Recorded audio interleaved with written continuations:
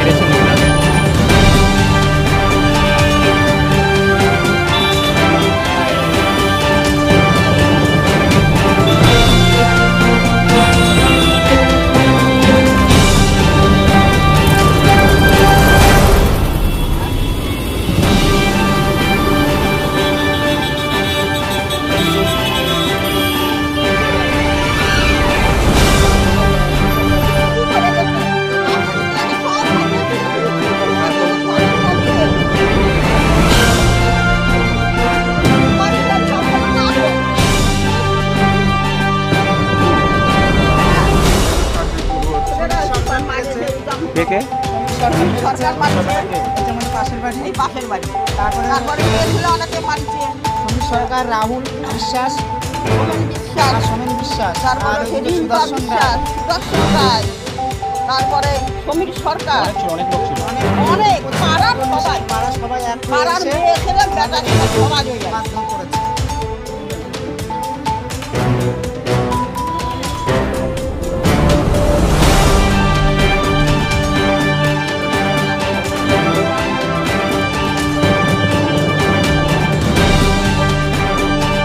দেখুন কি বললেন আক্রান্ত মহিলা।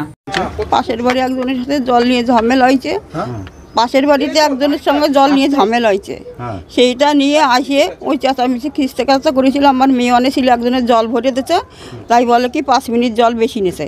সেইটা নিয়ে তারপরে এসে আমার মেয়ের আগে বেটা ছেলে পাঠাইতেছে, পাঠাই দিয়ে সেই ঘরের মধ্যে সব জামা কাপড় সব ছিঁড়ে তারপর আবার ছেলেরও মারিছে। এখন তো ঘরের মধ্যে টাইনে নিয়ে বাইরে নিয়ে মারিছে, ও তো দোলে সরিছে, তারপরে আমাকে ধরে মারিছে। এই দেখেন কি অবস্থা করেছে, কাপড় চাপড় ছিঁড়ে মেরেছিল ওই তৃণমূলের ছেলেরা। হ্যাঁ, কয় কি যে তোমরা বিজেপি করো, সেইটা নিয়ে আমাদের এরকম মারধর করছে। আজকের দিকে না, সেই 4 তারিখের আগের থেকে ওরকম ঠেট দেয় মার্ডার করবো, এই করবো সেই করবো করে 4 তারিখে এসে একবার ভাঙচুর করে গেছে, মারা ধরা করে গেছে। তারপরে ওই আমার কটা গরু তাই ওই গোয়ালঘর ভাঙতেছে।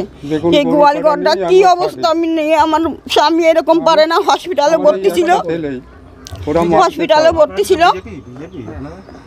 বিজেপি এখন ঠাসিয়ে ধরে বানাইছে, এখন হয়ে গেছে, এখন কি করব?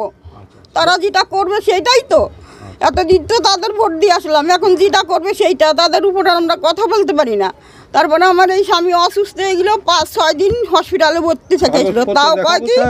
তাও বললো কি যে এরা সব নাটক, এই সব বলার পরে তারপরে সেই আমার মেয়ের ঘরের মধ্যে যায়, আগে বেটা ছেলে মারলো, মারে কাপড় চোপড় সব ছিঁড়ে ফেলাই দিয়েছে, নাইটি ছিল, আমি সব দেখাতে পারি।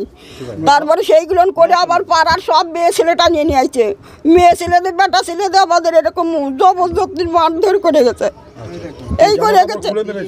হ্যাঁ, একদম খুলে ফেলাইছে, ওই দেখেন, এই দেখেন, একদম খুলে ফেলাইছে, এই দেখেন। ব্যুরো রিপোর্ট, 24 ঘন্টা লাইভ।